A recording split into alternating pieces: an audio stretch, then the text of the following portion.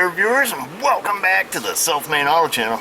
I'm down here in Staten Island with Keith, and we stopped to look at this 2005 Chevy. It's a Trailblazer. It's got the 4.2 in it, and it is a no crank, no start. Evidently, he came here yesterday. They had made a call on a PCM, something like that, and he had some issues programming it, so decided to come back today. They installed the original PCM so we could find the original problem. And I got the Tech 2 here. I'm going to show you guys, what's going on, what we have, and what the fix is going to be. So we'll grab the keys here, put them in. So key on, we've got everything there. Headlights come on. But when we put it in the start position, we have a no crank. So what we're going to do, and being that he was having some problems with the programming, having problems with the dash cutting out and kind of accessories not seeming to be quite right, first thing we're going to do is go into the power moding of the Class 2 so we can read ignition switch or ignition switch input. And right now the key is on and it indicates that it is in the run position. We'll click it back, go into accessory, shows accessory, shows off and awake. Now if we leave it sitting here, even though the scan tool is hooked up, the network will still go into power down mode and the tool will shut off. So we're going to continue on here. So we'll turn it back to accessory, run, and then start. And you see when I hold it in the start position, it goes back into unlock mode, which is right. That's unlock, off and awake. I'll turn it on just a little bit. It's in unlock mode. You can hear it unlock the column. Again, that's run position. In the start position, it goes to unlock. So that would explain why, when he's doing the programming, the dash is flickering and cutting in and out, and accessories were coming and going. Now we took and pulled the column covers off because it seems that we more than likely have a bad ignition switch. So we're going to check this. We should have some inputs here on red. It's probably just like the one we just did on that 2500. You see we're red and white, and then our yellow should be our start signal. We're gonna have to double check a wiring diagram, but we should be able to theoretically jump power across to verify that it is the ignition switch. Of course, we'll verify inputs coming into it.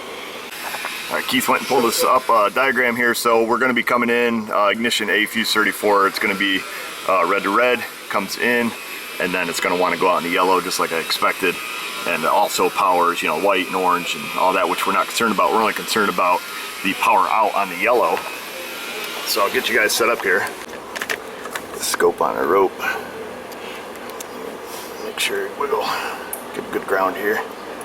All right, so we do have power on the red. Get the keys, turn it on. Power coming out on the white. Our yellow should be our start signal. I think we got a problem, lady, because that's working. We're going to be taking this further now. That's what we want to do now, guys. We're going to check the other inputs and outputs on this switch so we come to a different diagram. And this is just like the video we did on that 2500. So we got the red, it changes red to white. Remember we had that broken fuse under the fuse box, and that's going to come out in the brown and the pink in the run and start on that pink. And then it looks like where we got accessory and run on the brown. And we'll have a look over here and look at that. That is on our pink wire. The key is in the run position and that test light is super dim. So we'll fiddle with the key here. We'll shut it off, back on the run, it's bright. Start, it goes out. So our start circuit, our yellow, was staying positive, or still had voltage coming out of it, but our pink wire in this case goes dead. And then it was saying the other wire that comes out, run accessory, is brown, but we're not super concerned with that. All we have to do is verify that our red with white is obviously make sure our input's good in the crank position, which it should be. We'll just double check.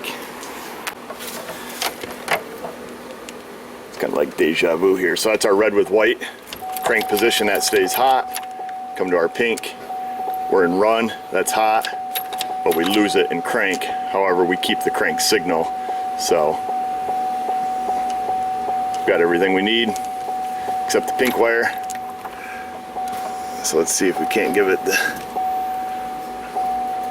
see if we can do this here without burning stuff up.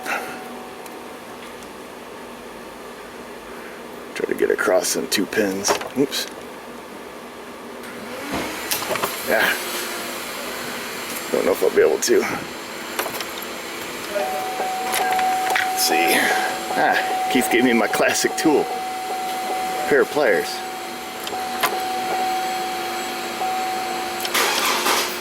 Yeah, kind of had it. Battery might be getting too low on this thing. Hey, there we go. Now it runs. So we should be able to take our pliers out now that it's running. Of course, the money light's on.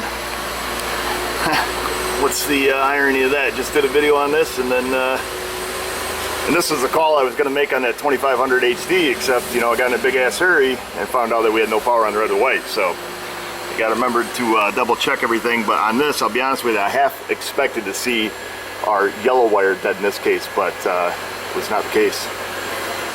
So that's a pretty easy one, guys, and this is kind of typical for what Keith runs into down here. You know, he gets called in, you know, the shop makes a call on an ECM, he doesn't question. You show up, they got the ECM in, you're here to program it, you program it, the thing, it bricked the ECM halfway through because the ignition feed was cutting in and out and stuff like that.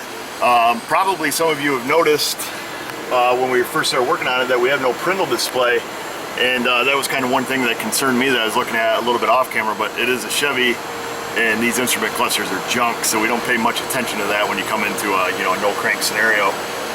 But you know, the fact that the power moding was goofed up is what says, hey, let's have a look at this ignition switch and kind of take it from there. But to be honest with you, I thought we were going to be missing the crank signal, which we could have looked at, you know, on the Tech 2 to see if the ECM was receiving that crank signal.